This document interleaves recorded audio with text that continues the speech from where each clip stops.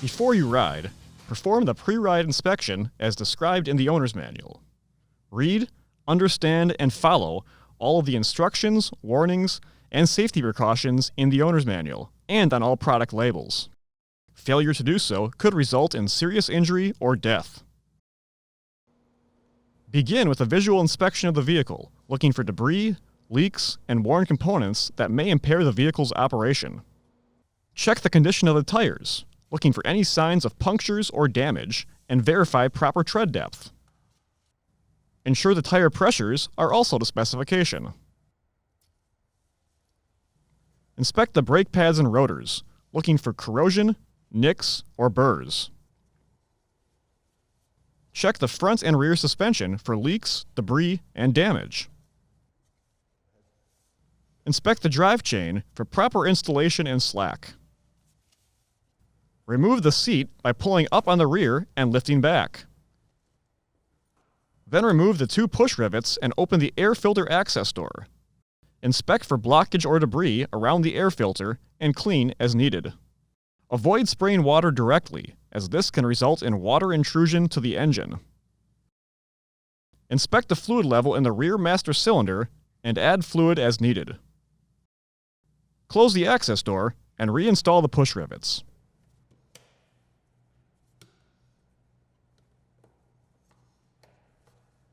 Then reinstall the seat by aligning the front tab and pushing down on the rear.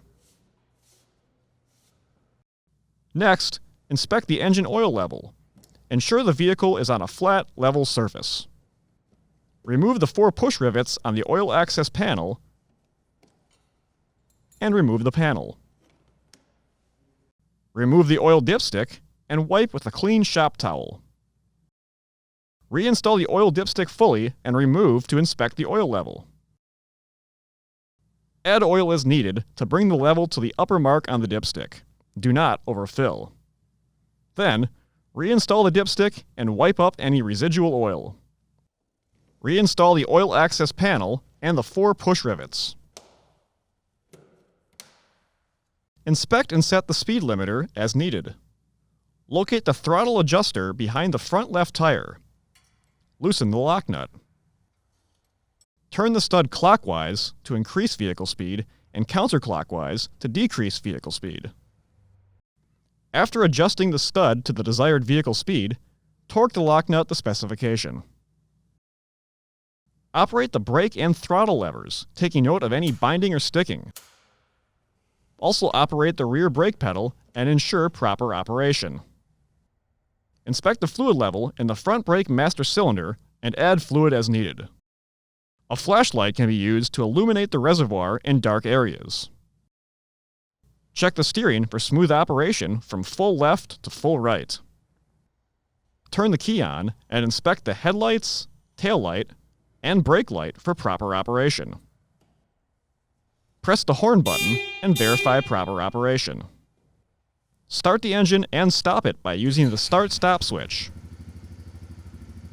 Ensure it does not restart. Start the engine again and pull the safety tether out. Verify the engine turns off and does not restart without the safety tether attached. Restart the engine once again and make sure the engine turns off with the key. Make sure the safety flag is properly installed. Finish by ensuring there is enough fuel for your trip. For more information, see your authorized Polaris dealer or visit Polaris.com.